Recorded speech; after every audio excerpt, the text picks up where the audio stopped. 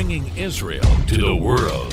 This is IBN News. With news of Israel, I'm Susan Michaels. Israeli and Palestinian public figures have drawn up a new proposal for a two-state confederation that they hope will offer a way forward after a decade-long stalemate in Mideast peace efforts.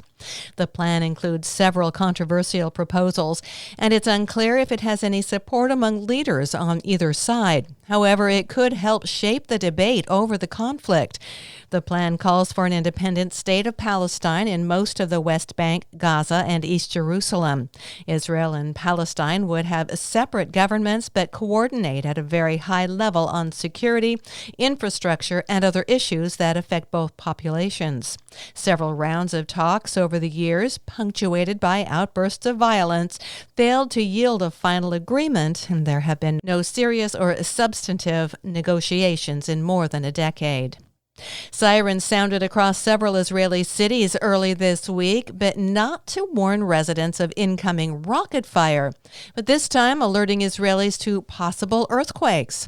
Typically triggered by missile defenses, the sirens will now also sound if a nationwide network of 120 seismic monitoring stations detects a strong earthquake. It could take some getting used to, and instead of signaling people to run to a bomb shelter, the siren was accompanied by the word earthquake, repeated on loudspeakers.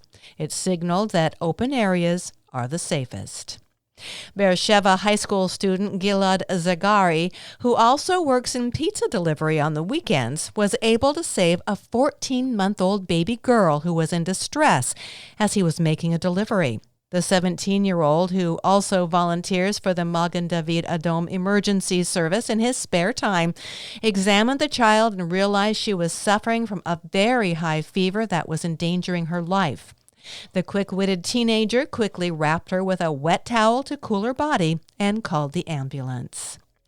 And the Israeli government has unanimously approved the appointment of Gali Baharav Miara as the new Attorney General, making her the first woman to ever take up that position. I'm Susan Michaels. IBN, Israel Broadcast Network.